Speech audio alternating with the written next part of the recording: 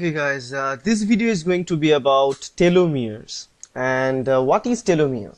Telomere is a specialized structure of eukaryotic chromosome that is present at the terminal region of the chromosome. Or let's see here,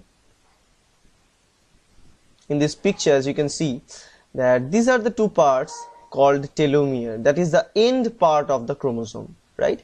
Because eukaryotic chromosome is linear, because eukaryotic DNA is also linear. And to prevent that DNA from further damage, there is a specific structure at both the terminal of that chromosome. It is called telomere. And the structure that is present at this terminal region is having either formation of loops, or it can be it sometimes have the repeated sequences. As you can see here, the DNA that is present in the telomeric region has a repeated sequence like GGGGTT, then GGGGTT, so like that, 4 G's then 2 T's, and that's how it's kind of repeated throughout the telomeric region. And it's a huge and long repeat of the DNA sequence that is present there like that. Not only they have this repeated sequence, but also they have a loop formation with the DNA at the terminal of this repeated sequence.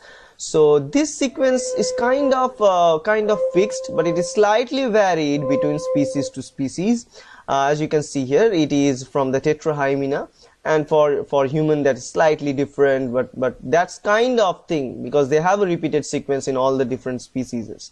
Okay, now the telomere is supposed to prevent the chromosome shortening. Chromosome shortening, so let me write chromosome shortening. Chromosome shortening is a phenomena during the replication of eukaryotic chromosome, and during the replication of eukaryotic chromosome, each time after each replication cycle, they lost a particular part of the telomere during each session. To prevent that from happening, there is a repeated sequence of the DNA, so that even though they lost some amount of chromosome from the terminal region, ultimately they have all the necessary coding region of the DNA present. Because if you look at here in this chromosome, you can find these dark blue color sections are there, and light color sections are there. Both of the sections are there. Now among them, suppose light color sections are the coding regions. So these are the coding regions. Actually all the necessary coding regions which code for proteins are present. But if you look at the telomere, there is no coding sequence present, because telomere is not somewhere which is responsible for producing proteins. It is only responsible for preventing rest of the coding and non-coding sequence of the chromosome, right? So that is what the function is. Because even if you have lost some amount of telomeric DNA sequence from the end, ultimately it will not reach any of these coding regions, because the telomere is large and it is forming the loop with many different proteins to form complexes.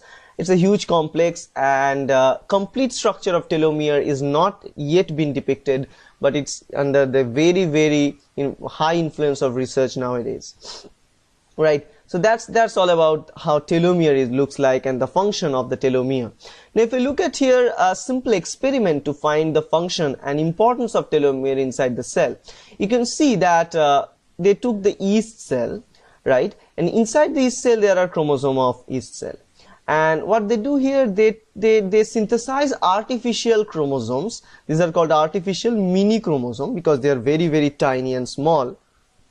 So they get these mini chromosomes and they insert these artificial mini chromosomes into the yeast cell, inside the yeast cell, and allow this chromosome to be present there. And as a result, what they find here, that these artificial mini chromosomes are much more vulnerable to damage, and they have this end shortening, this end shortening. You can see the telomere, as they don't have any telomere in this artificial mini chromosome, ultimately after certain rounds of cell division, they have seen that the length of this chromosome start to shrink, and it is shrinking very fast, right? And ultimately they are losing some amount of information there. And in second experiment, what they did, they took these artificial mini chromosomes and from other type of individual, for example from tetrahymena, they cut this telomeric DNA out and add those telomeric DNA with the artificial mini chromosomes. Now the artificial mini chromosomes are prevented and they are guided with telomere at both the ends. Then they re-inject these mini chromosomes inside the yeast cell, and after certain rounds of cell division, those chromosome remains as it is. They don't get any damage, they don't have any damage, they don't lose any amount of DNA from the terminal end. And that is telling us the importance of telomeric DNA, because the telomeric DNA can prevent the chromosome from external damages and also the end replication problem. How they cope up with the end replication?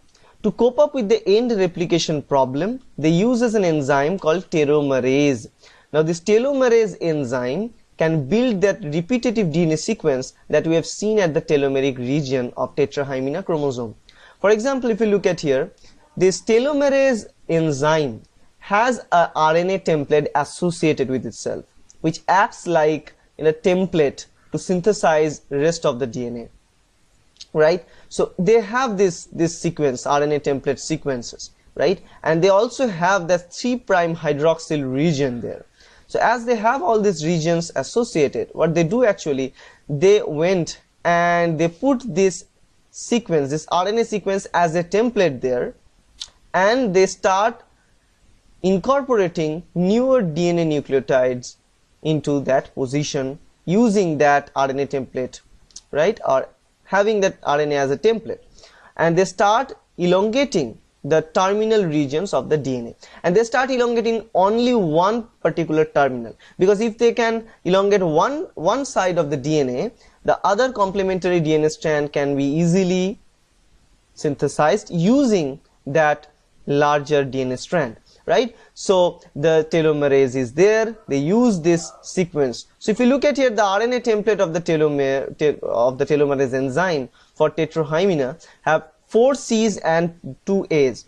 As they are acting as a template, the opponent strand, the complementary of this strand will have 4G and 2T, and that's what the repeated sequence is all about. As you can see here, from this end, 4G then 2T, 4Gs, 2Ts, and that's how they start adding all those nucleotide sequences, and they will add this sequence in multiple occasions, so that during the replication times, even if they got some damage, they ultimately won't reach the actual coding region, which starts from this particular point, right? So it's extremely important, right? For example, if you look at here that if they have a strong telomere and telomerase is acting all the time during replication, they won't lose any further DNA information, right? And that is what telomerase is all about. That's what telomere is all about. It is preventing aging. It's help in prevention of the aging, right? So that's kind of it, guys, and I hope that's helpful. Thank you.